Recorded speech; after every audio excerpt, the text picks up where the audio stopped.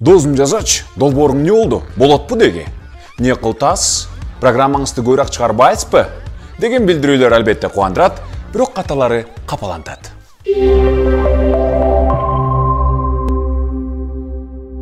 Мына бул идишти кантип атайсыздар?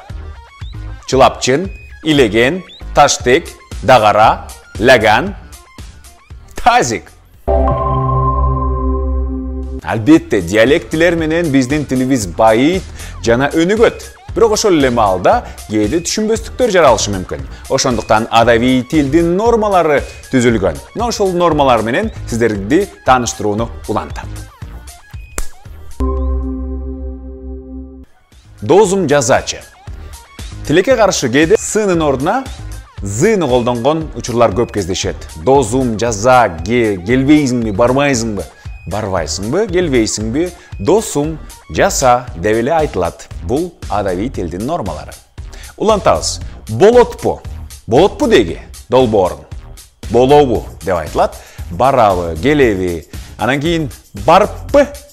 Келиппи дегенде дагы келипби эмес, п акыркы тамгасы п болгондуктан каткалаңдашып келет. Биздин эне тилибизде үндөштүк закону, сингармонизм мыйзамы укмуштуудай өнүккөн. Ошондуктан ар бир мүчөлөр бизде өзгөрүп кете берет. Мисалы үчүн көбүрөөк караганда көбүрөөк жеңил да, жеңилирээк эмес да, жеңилирээк да. Туурабы?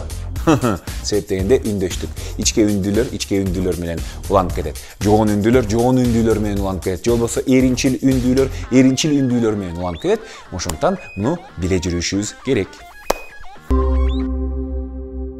Албетте жалкоолук чыгарбайсызбы деп жазганга караганда чыгарбайсызбы деп койгон жакшы. Айтыла бериши мүмкүн, бирок жазылганга келгенде сөзсүз түрдө толугу менен мүчөлөр жазылат.